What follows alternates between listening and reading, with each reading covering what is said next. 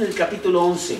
Estamos en el capítulo 11 del Evangelio de Lucas y estamos viendo cómo Jesús les está enseñando a los discípulos a orar. Los discípulos le dicen a Jesús, enséñanos a orar. Y hemos visto poco a poco, viendo que esta oración tan conocida por todos nosotros, la podemos desglosar para ver qué dice Jesús, cómo nos enseña a orar. Y vemos que es un formato, no es un rezo, una repetición que queremos hacer.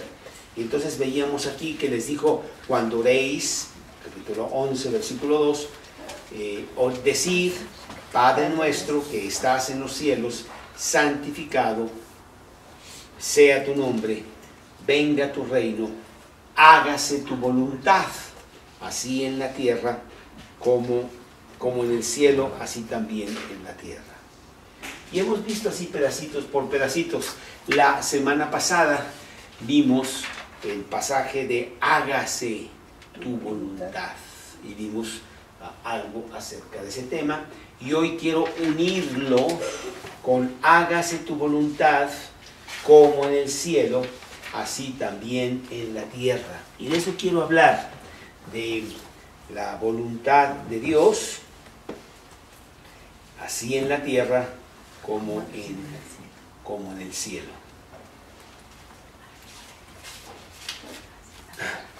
Y bueno, yo creo que todos nosotros nos cuestionaríamos mucho en este momento acerca de cómo que hágase la voluntad de Dios en la tierra, si la tierra está tan lejos de Dios.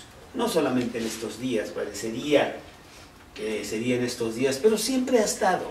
Lo que pasa es que ahora se acentúa por toda la tecnología que tenemos, tan rápidamente hay comunicaciones por todo el mundo, pero la voluntad de Dios como que sería difícil a llevarse a cabo en la tierra, que es un lugar dominado por Satanás.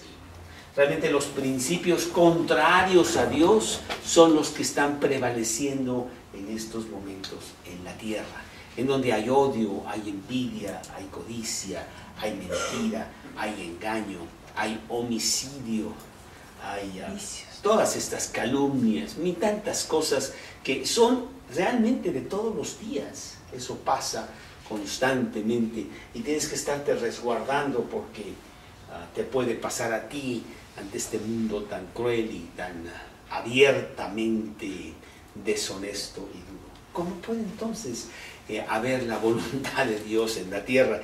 Vamos a leer primero de Juan, capítulo 5, en el versículo 11, allá atrás, en el Evangelio, no es el Evangelio, en la cartita de Juan, la primera de Juan, una de las 3 cartas que tiene Juan en el Nuevo Testamento, en el capítulo 5, versículo 19, dice, pero sabemos que somos de Dios y el mundo entero está bajo el maligno. Es verdad, los principios contrarios a Dios prevalecen. Aquí, ahora que estuvimos en Alemania, digo, qué raro, ¿verdad? Pero ¿cómo los alemanes hacen lo mismo que los mexicanos? Se pelean y se divorcian, y lo mismo de todos. Es que raro. Bueno, hasta en alemán lo están haciendo. Entonces, pues vemos que es lo mismo, chinos y franceses y españoles. El mundo está bajo ese punto. Entonces, ¿cómo es que podemos ver nosotros que Dios pudiera hacer su voluntad allí en la tierra? Y bueno, como el Padre Nuestro es una oración individual, la vamos a cambiar tantito, y bueno, mira, no sé si va a hacer Dios la voluntad en la tierra, estoy seguro que la va a hacer, pero yo quiero que la haga en mí. Quiero personificarla y me atañe a mí en lo individual, que mi voluntad sea sensible a la voluntad del Padre y que yo la cumpla. Este es realmente el objetivo de mi vida, o debe de ser, que yo conozca a Dios, que yo me encuentre con Dios, que lo siga y que conociendo su voluntad, haga eso para mi vida. Ahí es donde está la felicidad, ahí es donde está el contentamiento, ahí es donde tú puedes realmente sacar adelante esta vida con fuerza. porque de otra manera no hay, no hay. Y yo a veces pienso que la vida es como un ciclón, como un huracán, ¿verdad? En donde todo se está cayendo y la tormenta no amaina nunca, y entonces el cristiano lo que hace es, se pone en el ojo del huracán, en el mero centro del huracán, en donde hay una calma y una paz total, y ves cómo todo se está moviendo, pero en donde tú estás, no. Y mientras tú estés en el centro del huracán, no pasa nada. No te salgas, porque si te sales tantito, pues te agarra y entonces vas a estar igual. Entonces queremos nosotros estar en la voluntad de Dios. Los grandes santos de Dios no solo han logrado estar en la voluntad de Dios, sino que se gozan de estar en la voluntad de Dios. Vamos a leer Hechos 20:24, aquí en la Biblia, una frase que utiliza, muy bonita por cierto, que utiliza el apóstol Pablo, Hechos 20:24, y que dice así, en Hechos 20:24, ya lo tienes, Karinita, en Hechos 20:24. Pero de ninguna cosa hago caso, y estimo preciosa mi vida para mí mismo, con tal que acabe mi carrera con gozo y el ministerio que recibí del Señor Jesús para dar testimonio del Evangelio de la gracia de Dios. El apóstol Pablo estaba en la voluntad de Dios y él se gozaba de estar en ese lugar. Otro versículo que podemos ver es Juan 15:11, capítulo 15 del Evangelio de Juan, en el versículo 11, 15:11. Estas cosas os he hablado para que mi gozo esté en vosotros y vuestro gozo sea cumplido. Qué maravilloso, qué tremendo es el poder estar en la voluntad de Dios, en donde sí hay contentamiento. Yo podría decir que todas las personas que están allá afuera, de alguna manera te están diciendo, yo quiero ser feliz, es lo único que busco, pero desgraciadamente lo están buscando en lugares equivocados y por lo tanto pues nunca lo van a encontrar.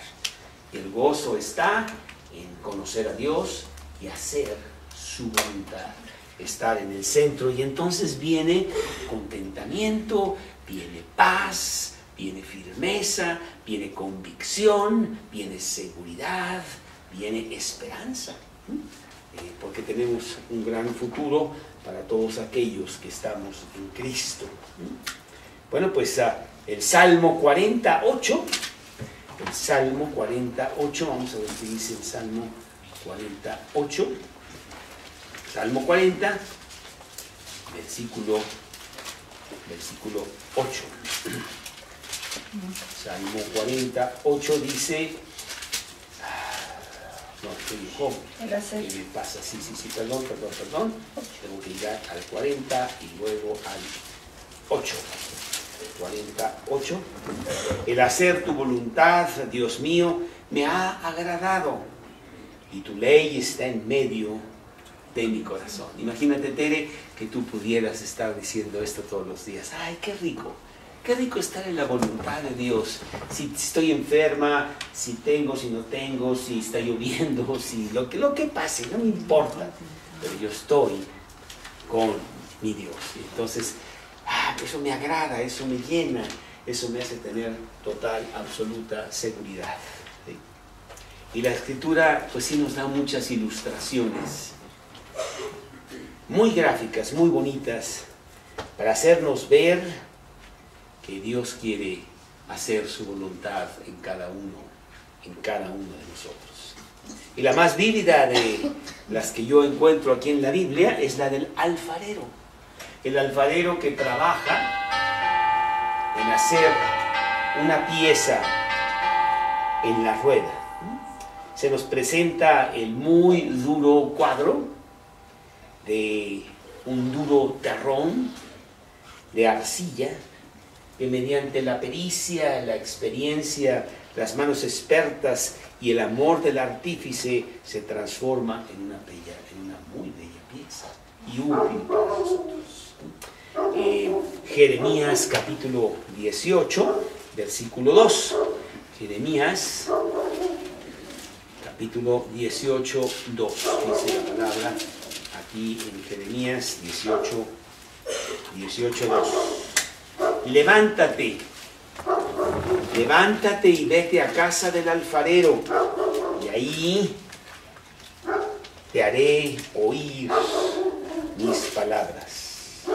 Pues sí, el alfarero empieza con la materia prima. ¿Y qué es la materia prima del alfarero? La materia prima del alfarero es arcilla, que realmente es tomada de un cuarto muy oscuro, cerrado, en donde difícilmente puedes estar ahí unos minutos porque tiene un olor que parece que es de muertos, la arcilla en ese estado. Un olor repulsivo a muerto, en descomposición. Así es. Y entonces pues de ahí sacan esa materia prima. De ese pozo negro y nauseabundo nos saca Dios como gran maestro alfarero para arrancar su obra. Nosotros somos esa arcilla que en las manos de Dios Él empieza a hacer una cosa muy bella si nos ponemos para que Él haga lo que Él quiera hacer con nosotros, ¿sí? Efesios 2:1 dice Efesios 2:1.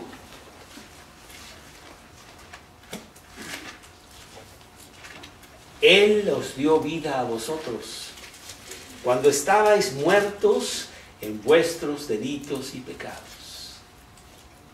Sí, efectivamente yo te puedo contar mi historia, que frecuentemente la saco como un ejemplo vivo de lo que Dios hace. Una historia que para el mundo parecería de mucho éxito, pero que ya viendo yo mismo mi propia vida, era una vida de gran fracaso, una vida de gran soledad, una vida de una muy infeliz situación que yo tenía.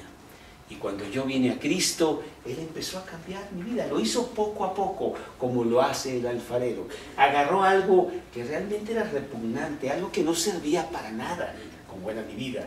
Puros pedacitos de los cuales todos juntos o uno por uno no haces nada. Pero en las manos del alfarero, ¡oh, qué diferente! Ya han pasado 35 años en donde Él estaba haciendo muchas cosas en mi vida. No ha acabado, pero Él está trabajando en hacer una obra bella, en hacer que cada uno de nosotros podamos ser útiles instrumentos para honra al Señor, ¿sí? Y eso es lo que quiere hacer con cada uno de nosotros. Isaías 51, dice Isaías 51:1, en medio de la Biblia, este libro de Isaías. Oídme, los que seguís la justicia, los que buscáis a Jehová, mirad a la piedra de donde fuisteis cortados, al hueco de la cantera de donde fuisteis arrancados.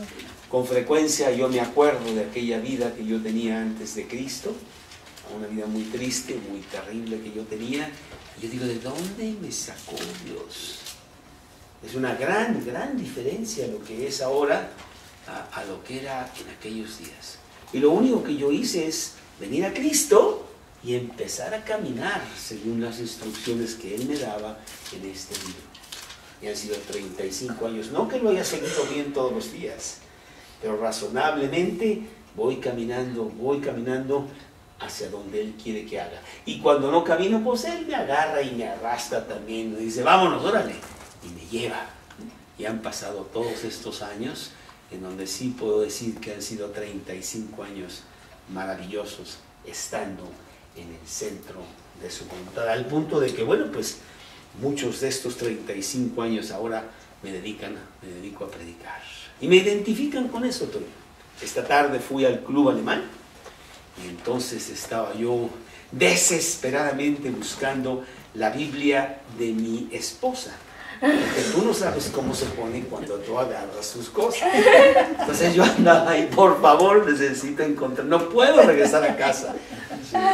Y entonces fui a las cosas perdidas y fui a las oficinas, casi me fui con cada policía a ver si por favor habían encontrado. Nadie. Dije, ¿cómo voy a regresar a la casa sin la Biblia, ¿no? Y entonces tenía yo que ir a hablar con el entrenador de natación para unas cosas de los muchachos y su natación. Y entonces me dice el entrenador de natación, te tengo un gran regalo. Y saca la Biblia.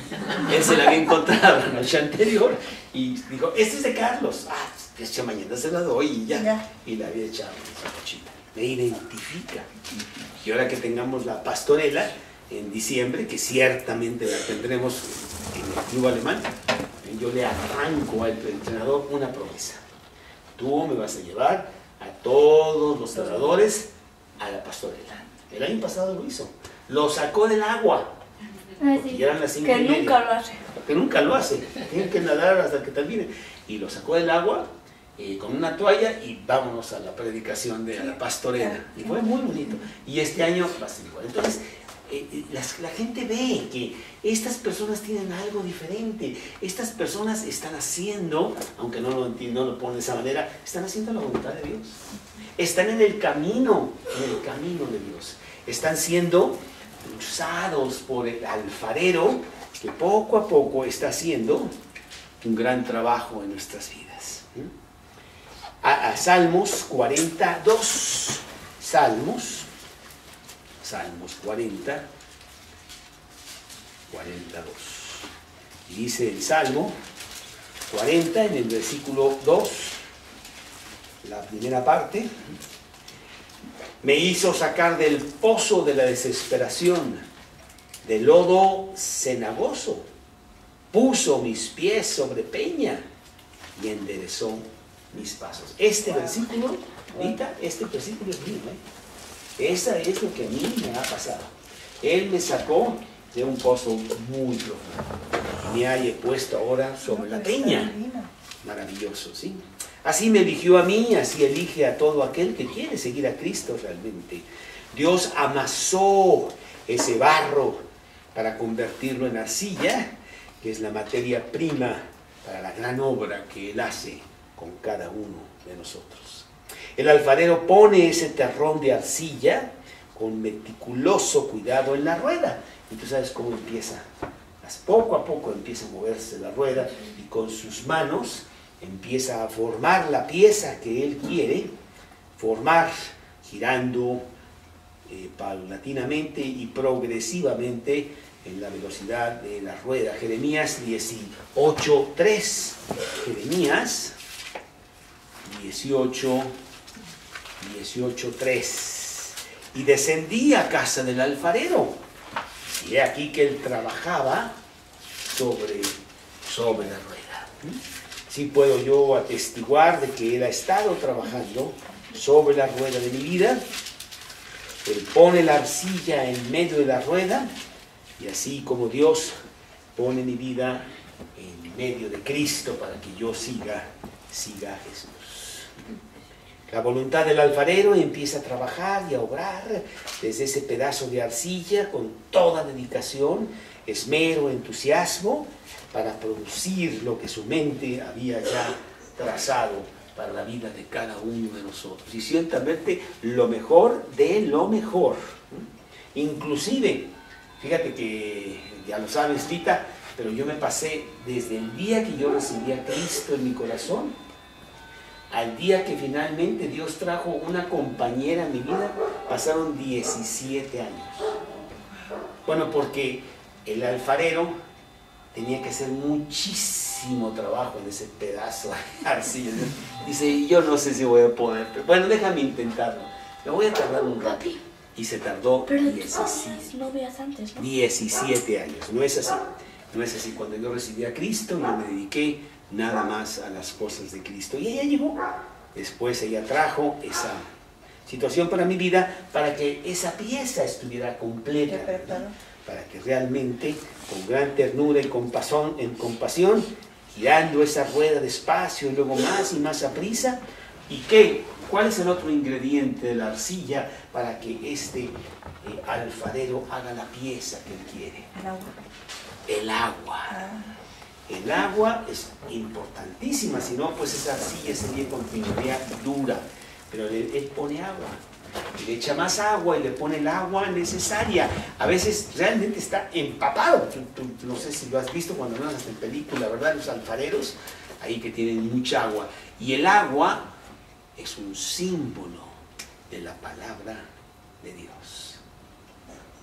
A medida que nosotros estamos saturados, embriagados, sumergidos en la palabra de Dios, pues Él está haciendo un gran trabajo en nuestra vida, realmente, ¿sí?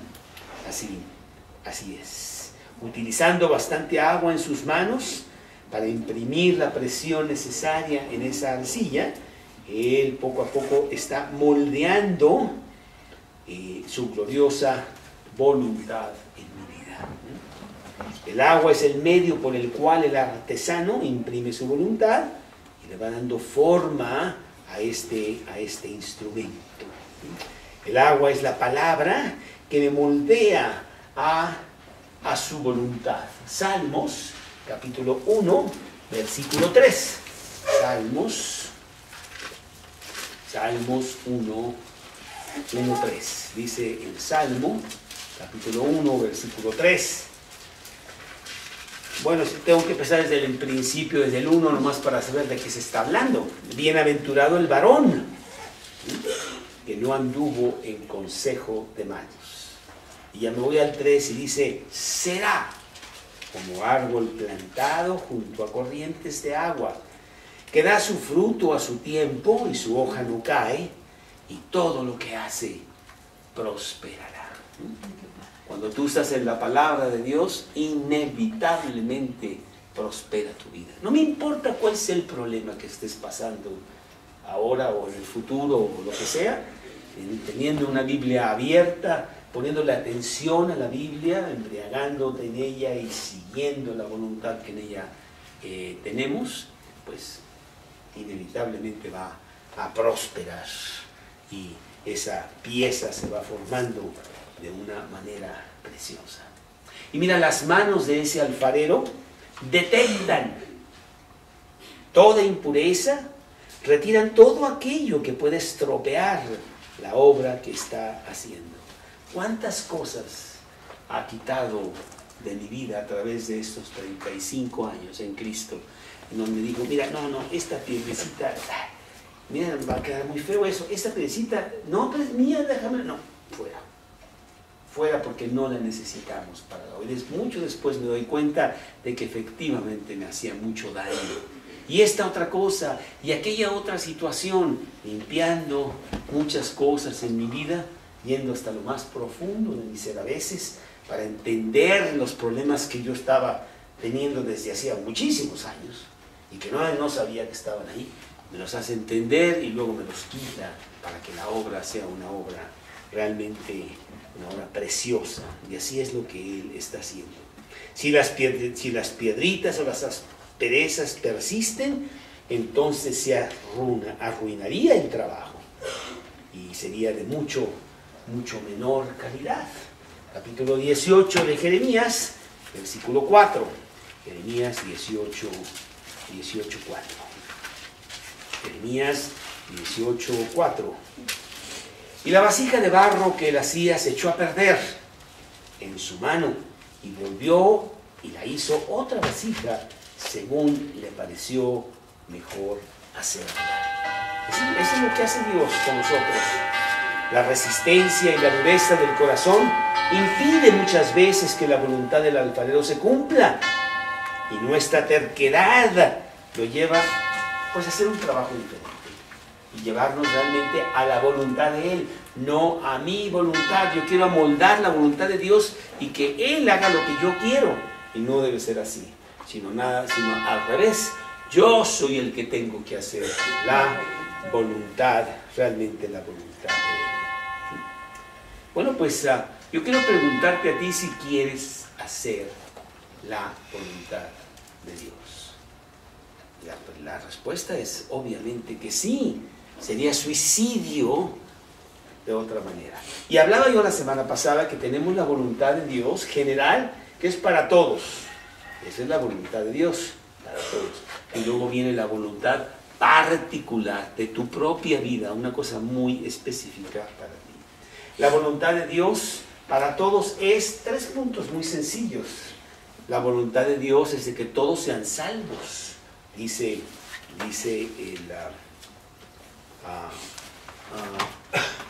Primera de Timoteo 2, 4, 5. Cual quiere que todos los hombres sean salvos y vengan al conocimiento de la verdad. Número 2, la voluntad de Dios es de que todo mundo sea santo, de que todos tengan una vida limpia, de que todos tengan una vida digna de un cristiano. Primera de Tesalonicenses 4:3 dice la palabra de Dios que busquemos la santidad. A ver, déjame, no lo dice exactamente así, pero lo que dice Primera de Tesalonicenses 4:3 dice, pues la voluntad de Dios es vuestra santificación. Que seamos santos. No vamos a ser perfectos, no lo haremos en esta vida, pero sí podemos ir avanzando poco a poco a tener una mejor vida, una vida digna de Cristo y del título que Él nos confiere como cristianos. Y 3, la voluntad de Dios es de que nosotros estemos llenos de Dios, llenos del Espíritu Santo, que derrame en nuestra vida la situación de Dios. Efesios 5, 18. Efesios 5, 18 dice, ¿qué dice Efesios 5, 18, Caleb? Por allá estás leyendo lo que dice Efesios 5, 18. Dice, no os embriaguéis con vino, en el cual hay disolución. Antes bien, sed llenos del Espíritu, llenos de Dios. Es lo que Dios quiere, que nosotros estemos llenos de Dios. Si de algo te vas a embriagar, pues embriágate bien. Embriágate de Dios, es lo que está diciendo él. Esa es la voluntad general, pero vámonos a la voluntad muy específica, de la cual sí quiero hablar antes de que se me vaya el tiempo. Y para esto yo quiero irme a Romanos capítulo 12, versículo 2. Romanos capítulo 12, versículo 12, donde vamos a ver lo que quiere decir este pasaje. Realmente es desde el 1, Romanos 12, 1 y 2, en donde vamos a ver ya específicamente cómo puedo yo estar siguiendo la voluntad de Dios. Así que, hermanos, os ruego por las misericordias de Dios que presentéis vuestros cuerpos en sacrificio vivo, santo, agradable a Dios, que es vuestro culto racional. No os conforméis a este siglo, sino transformaos por medio de la renovación de vuestro entendimiento, para que comprobéis cuál sea la buena voluntad de Dios, agradable y perfecta. Y aquí nos da realmente algunas cosas muy importantes de que yo puedo seguir para comprobar que la voluntad de Dios es lo mejor para mí. Lo primero que vemos aquí en el capítulo 12, en el versículo 1, dice que presentemos nuestros cuerpos en sacrificio vivo a Dios. Y básicamente, ¿de qué está hablando eso? Está hablando de una entrega incondicional a Dios. De que yo me ponga en las manos de Dios para que Él haga lo que Él quiera conmigo. Eso es. Como el corderito que va al sacrificio y que lo van llevando, y el corderito pues ahí va, se deja, y Él es sacrificado. Pues así también nosotros debemos ser sacrificados en entrega voluntaria a Él, para que Él haga con nosotros lo que Él quiera. Es una entrega completa, incondicional, sin reserva, un abandono irrevocable de nuestras vidas a Dios, porque Él sí sabe hacer las cosas. Y es como el velero, ¿verdad? Que pues no va a ningún lado, no tiene motor, man, pero tiene una vela, y si tú le sabes bien, tú pones la vela conforme a el viento, ¿verdad, Keiler? Tú ves que el viento se puede llevar, pero a veces rapidísimo. Si la pones bien, hasta tienes que pararle un poquito porque se va a toda velocidad. ¿verdad? Es la fuerza de Dios. Y tú lo que haces es pones tu vida con el aire bien para que ¡fum! Él te lleve. Y Él lleva perfectamente ese velero a donde Él quiere para tu vida, en sacrificio vivo. Dios, yo voy a hacer tu voluntad. Tú dime qué haga, tú dime por dónde me voy, tú dime qué es lo que yo debo de hacer, porque tú sí sabes, yo no sé. Pues haz esto. Ay, pues no lo entiendo, pero si tú dices, pues yo lo hago. Y luego me doy cuenta de que, era lo mejor que me pudo haber pasado. Entonces, como número uno, para conocer la voluntad de Dios y seguirla, es tener una entrega completa a Él. Eso es lo que realmente Él quiere. Hay un versículo allá en Lucas 9:57 que dice: Señor, te seguiré a donde quiera que tú vayas. Pues eso es lo que Él quiere. Pues tú sígueme y vas a ver lo precioso, lo que yo voy a hacer contigo. Y eso es lo que todos los cristianos debemos de hacer. No todos lo hacen, y el que no lo hace pierde, porque se queda atrás, ¿verdad? Jesús va caminando y te dice: sígueme. No, déjame ver, no sé qué, y él se sigue. Y de repente, oye, ¿qué pasó? ¿Dónde está? Ya lo perdí. Y dices, ay, pues es que hay que obedecer en ese momento, ¿sí? La entrega completa de cada uno de nosotros a el Señor. Pablo lo hacía. Pablo estaba entregado a Dios. Con Cristo estoy juntamente crucificado, dice él. Ya no vivo yo, sino vivo en Cristo, en la fe de aquel que murió y dio su vida por mí. Entonces ya no era Pablo, era Cristo en Pablo. Una entrega completa, Gálatas capítulo 2, versículo 20, ¿verdad? Y en este versículo entonces de Romanos 12:1 nos da la primera clave. Necesito tener una entrega. Dios, aquí estoy, haz conmigo lo que quieras, y bien que lo hace Él, ¿verdad?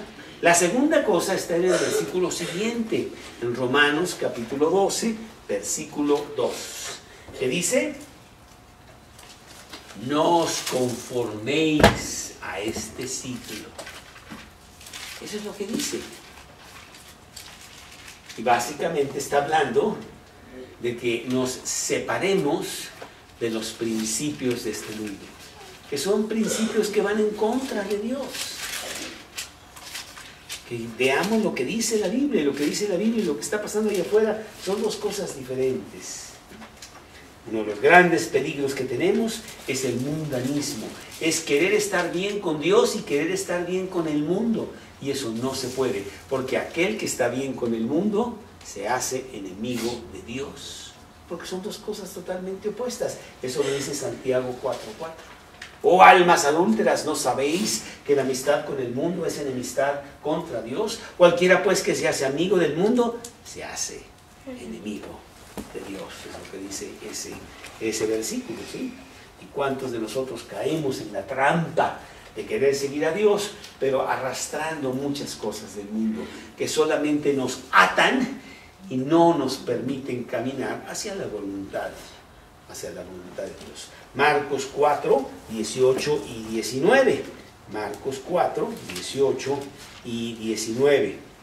Marcos 4 dice así en el versículo 18: estos son los que fueron sembrados entre espinos, los que oyen la palabra, pero los afanes de este siglo, el engaño de las riquezas y las codicias de otras cosas entran y ahogan la palabra y la hacen infructuosa. Es lo que está pasando. La simpatía con el mundo, el amor a sus principios, a sus criterios, te va a impedir tener una relación con Dios abierta, sincera, y poder seguir su voluntad. A veces ni siquiera la vas a poder escuchar porque estás muy entretenido en las codicias de otras cosas, en el engaño de las riquezas, ¿verdad? En todos los juguetes que ofrece el mundo y que realmente no da nada. Estaba yo escuchando en estas pláticas de la familia uno de los oradores, uno de los predicadores, estaba hablando de los grandes hombres que el mundo admira. Y citó 2 o 3, entre ellos citó a este tipo de las computadoras, a Steve Jobs, ¿verdad? Y a otros más, y en donde tú las rascas, y sus vidas personales eran un desastre. Ellos eran grandes hombres para el mundo, pero no se fijaron que para Dios eran muy mal. Tenían un verdadero desastre. El mismo Alberto Einstein. De veras que sus hijos no lo podían ver ni en pintura. O si lo tenían en pintura, es para cuidarle dato. Porque las cosas estaban terribles. Bueno, esos son los modelos del mundo. Nosotros tenemos otros modelos, ¿verdad? Y nos separamos de esos modelos porque decimos, es que ese no es el camino, por allá no es. Lo que el mundo admira no es el modelo que tiene Dios. Realmente los modelos que tiene Dios son muy diferentes. Realmente hombres cristianos. No améis al mundo ni las cosas que están en el mundo. Si alguno ama al mundo, el amor del Padre no está en él. Primera de Juan 2:15 es el versículo que acabo de citar. Y muchas veces aquel cristiano que sí se llega a enredar en el mundo, pues finalmente no es cristiano, nunca lo fue, sino nada más era pura fachada que tenía en el exterior, porque un cristiano sí ve la realidad del mundo y dice, no me voy a dejar y seguir con ese engaño, ¿verdad? Ahí no hay nada que realmente se pueda ofrecer. Para conocer entonces, para seguir la voluntad de Dios, necesito una entrega completa, sacrificio vivo, necesito una separación del mundo. No os conforméis a este siglo. Número 3, una tercera cosa, sino transformaos por medio de la renovación de vuestro entendimiento. Lo dice ahí Romanos 12:2. Es el versículo que estamos viendo. Dentro de la voluntad de Dios, no os conforméis a este siglo, sino transformaos, renovaos en vuestra mente, dice el versículo de Romanos 12:2. Transformaos por medio de la renovación de vuestro entendimiento. ¿Qué querrá decir eso? Bueno, que hay que cambiar los programas de computación. No sé si te acuerdas tú, porque a lo mejor era de nuestro tiempo, allá en los años 20 y 30, cuando las computadoras tenían, eran unas tarjetas, ¿verdad? Y tenías, metías todo, 50 tarjetas, y luego se te caían, y hay que ponerlas otra vez en orden. Las tarjetas dichosas para programar la computadora. IBM se llama. Sí, las tarjetas IBM esas, ¿verdad? Y aquí tengo yo muchas tarjetas, y lo que quiere Dios es que las tire a la basura porque están llenas de conceptos equivocados. Transforma. ¿Ah? Ahora es muy fácil, nomás le picas ahí 2 o 3 y le das, ¿cómo se dice? Se formatea. Tú sabes mucho de eso, ¿verdad, Francisco Javier? Se formatea la computadora, la limpias, saca toda la basura, fuera, vamos a empezar desde cero, porque ahí no hay nada. Y me lo vamos a ir metiendo poco a poco, cosas que sí valen la pena, las cosas de Dios, y esta y la otra. Y tengo mucha memoria para meter toda la mente de Dios, si es necesario. No hay problema, ¿sí? Me transformo por medio de la renovación de vuestro entendimiento, con la Biblia, con la palabra de Dios, aprendiendo sus principios. ¿Qué dice Dios acerca de esto? ¿Qué dice Dios acerca de esto otro? ¿Verdad? Y veo que, pues yo estaba muy mal porque yo pensaba muy diferente a lo que me está diciendo aquí la Biblia. Para conocer y seguir la voluntad de Dios, necesito cambiar todos los chips que están por ahí.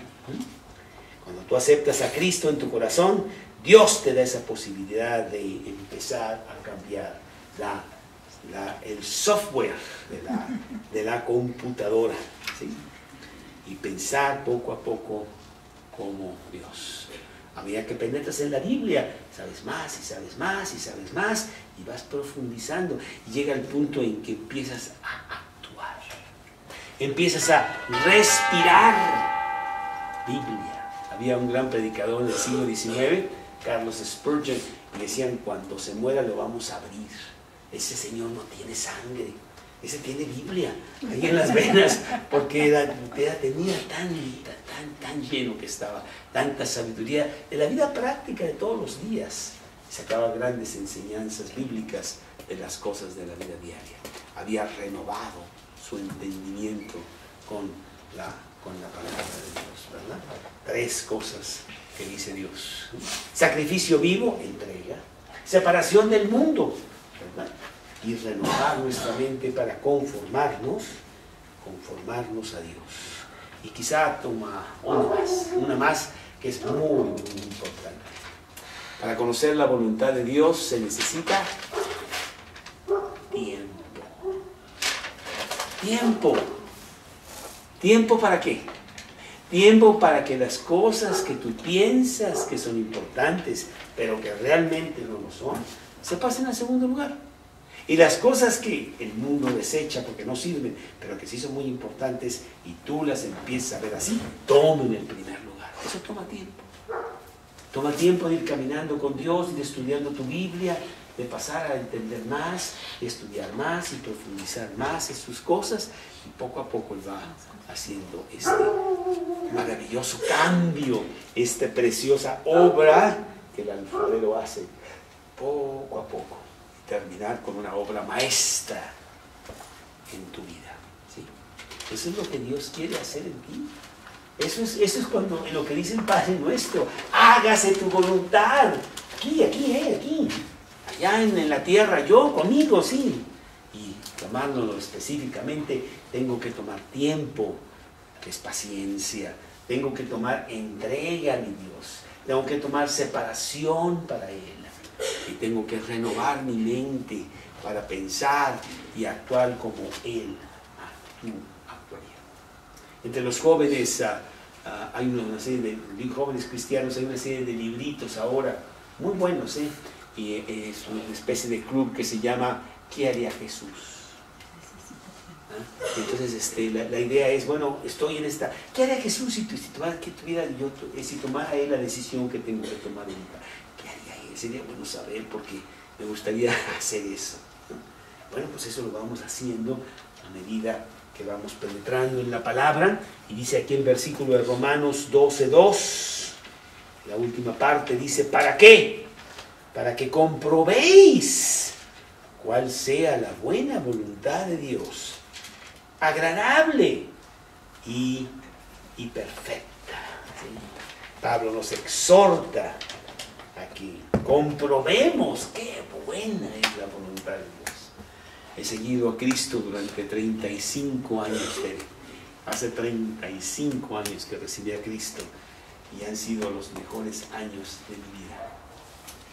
Inclusive yo creo que ahora es mejor que el año pasado, y mejor que hace 5, y mejor que hace 10, porque he estado avanzando un poquito, no creas, yo avanzo centímetros nada más cada década, pero sí he avanzado. Y entonces, dices, qué maravilloso poder tener un buen guía, un capitán que me lleva por el camino correcto, y no lo cambiaría por nada. Inclusive tuve esa decisión que tomar hace unos años, cuando me ofrecieron un gran puesto de unos americanos y no sé cuánto, y le dije, no, gracias. Ahora me voy a dedicar a predicar la palabra de Dios. Ahora tengo un jefe, yo creo que más importante, y con mejores sueldos y beneficios. No, hombre, no sabes los buenos beneficios que te da, ¿sí?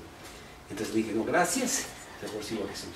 Y no estoy arrepentido de esa decisión tomada ya hace 20 años, realmente, hace un poquito más de 20 años.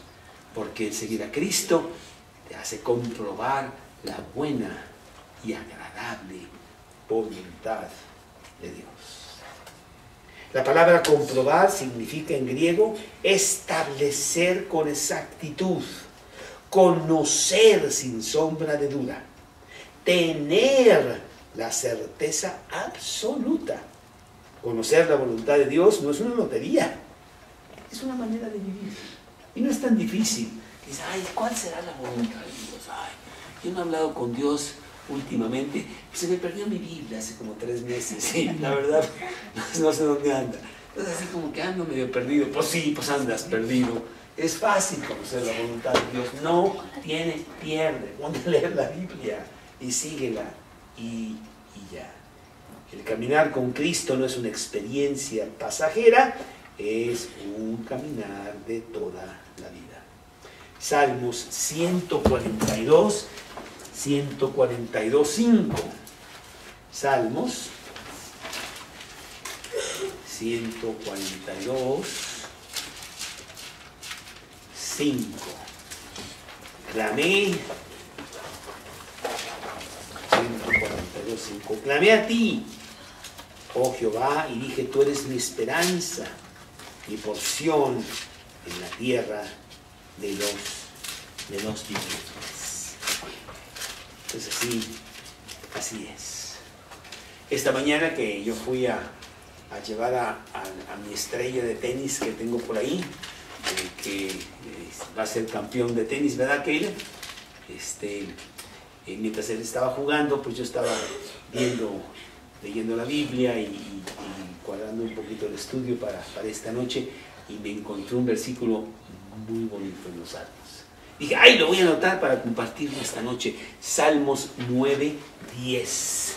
Es donde estoy leyendo ahorita yo la Biblia, en los Salmos 9:10. Y dice Salmos 9:10.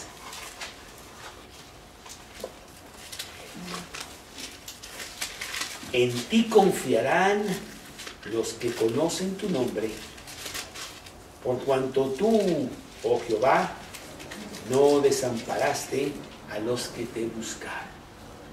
Si tú vas, buscas la voluntad de Dios, no hay pierde, no te va mal, te va muy bien.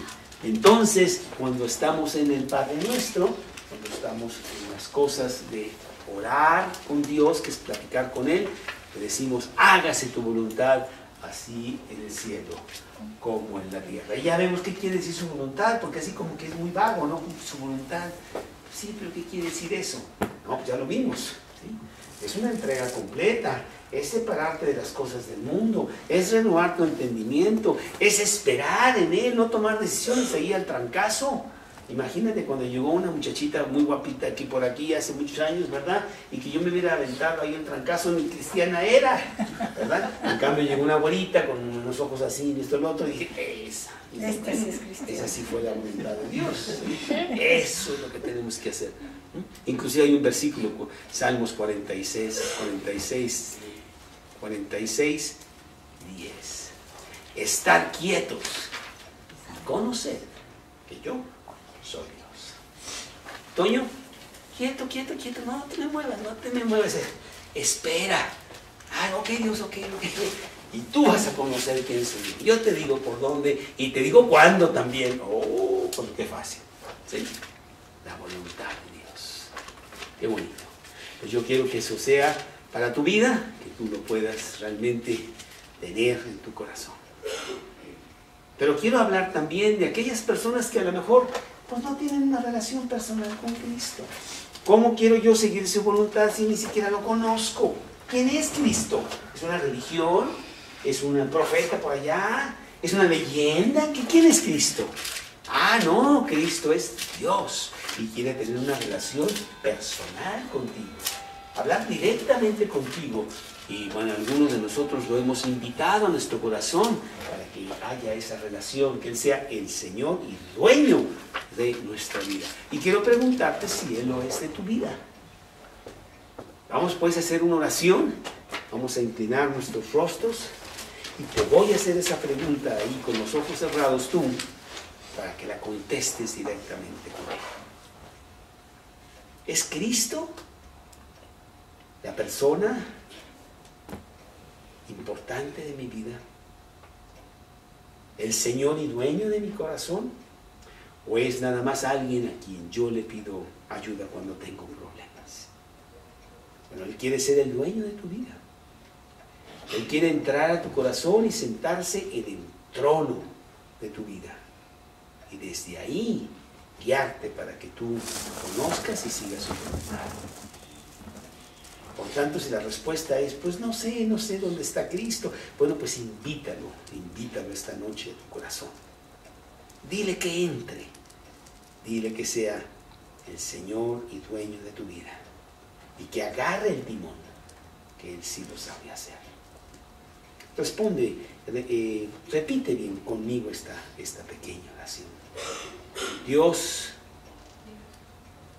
en esta noche te pido que entres a mi corazón. Que perdones mis pecados, mis tantas faltas que yo tengo. Que entres y te apoderes de mí, de mi vida, para que tú seas mi Señor, mi dueño. Con ello viene que me regales la vida eterna. Que me des la posibilidad de una vida abundante aquí en la tierra. Entra a mi corazón ahora mismo, en este momento.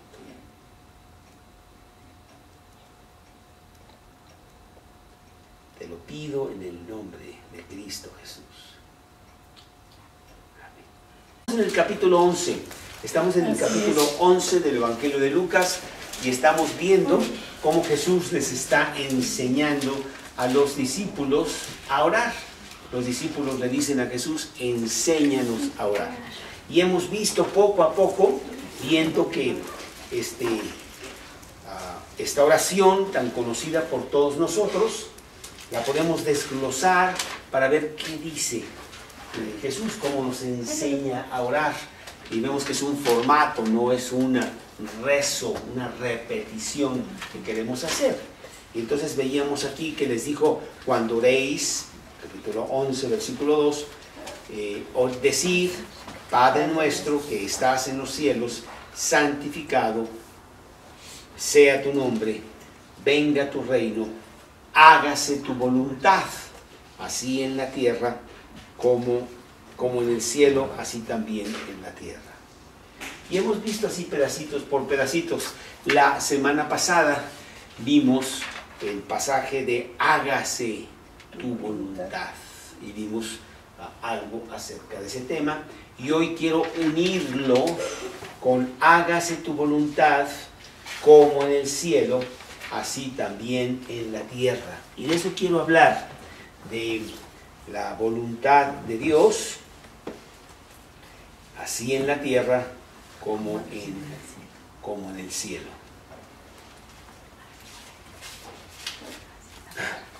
Y bueno, yo creo que todos nosotros nos cuestionaríamos mucho en este momento acerca de cómo que hágase la voluntad de Dios en la tierra, si la tierra está tan lejos de Dios. No solamente en estos días, parecería que sería en estos días, pero siempre ha estado. Lo que pasa es que ahora se acentúa por toda la tecnología que tenemos tan rápidamente, para comunicaciones por todo el mundo, pero la voluntad de Dios como que sería difícil a llevarse a cabo en la tierra, que es un lugar dominado por Satanás. Realmente los principios contrarios a Dios son los que están prevaleciendo en estos momentos en la tierra. Sacar adelante esta vida con fuerza, porque de otra manera no hay. Y yo a veces pienso que la vida es como un ciclón, como un huracán, ¿verdad? En donde todo se está cayendo y la tormenta no amaina nunca, y entonces el cristiano lo que hace es se pone en el ojo del huracán, en el mero centro del huracán, en donde hay una calma y una paz total, y ves cómo todo se está moviendo, pero en donde tú estás, no. Y mientras tú estés en el centro del huracán, no pasa nada. No te salgas, porque si te sales tantito, pues te agarra y entonces vas a estar igual. Entonces queremos nosotros estar en la voluntad de Dios. Los grandes santos de Dios no solo han logrado estar en la voluntad de Dios, sino que se gozan de estar en la voluntad de Dios. Vamos a leer Hechos 20:24, aquí en la Biblia, una frase que utiliza, muy bonita por cierto, que utiliza el apóstol. Se hacen lo mismo que los mexicanos, se pelean y se divorcian, y lo mismo de todos. Es que raro, bueno, hasta en alemán lo están haciendo. Entonces, pues vemos que es lo mismo, chinos y franceses y españoles. El mundo está bajo ese punto. Entonces, ¿cómo es que podemos ver nosotros que Dios pudiera hacer su voluntad allí en la tierra? Y bueno, como el Padre Nuestro es una oración individual, la vamos a cambiar tantito, y bueno, mira, no sé si va a hacer Dios la voluntad en la tierra, estoy seguro que la va a hacer, pero yo quiero que la haga en mí.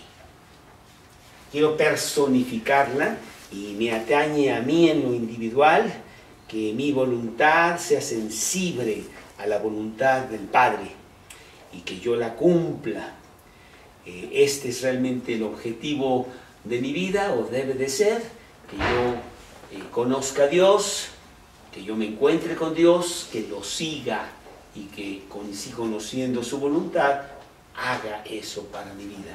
Ahí es donde está la felicidad, ahí es donde está el contentamiento, ahí es donde tú puedes realmente, en donde hay odio, hay envidia, hay codicia, hay mentira, hay engaño, hay homicidio, hay todas estas calumnias, ni tantas cosas que son realmente de todos los días. Eso pasa constantemente y tienes que estarte resguardando porque te puede pasar a ti ante este mundo tan cruel y tan abiertamente deshonesto y duro. ¿Cómo puede entonces haber la voluntad de Dios en la tierra? Vamos a leer 1 de Juan, capítulo 5, en el versículo 11, allá atrás, en el Evangelio, no es el Evangelio, en la cartita de Juan, la primera de Juan, una de las 3 cartas que tiene Juan en el Nuevo Testamento, en el capítulo 5, versículo 19,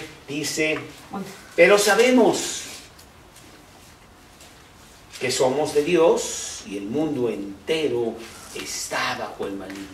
Es verdad, los principios contrarios a Dios prevalecen. Aquí, ahora que estuvimos en Alemania, digo, qué raro, ¿verdad? Pero ¿cómo los alemanes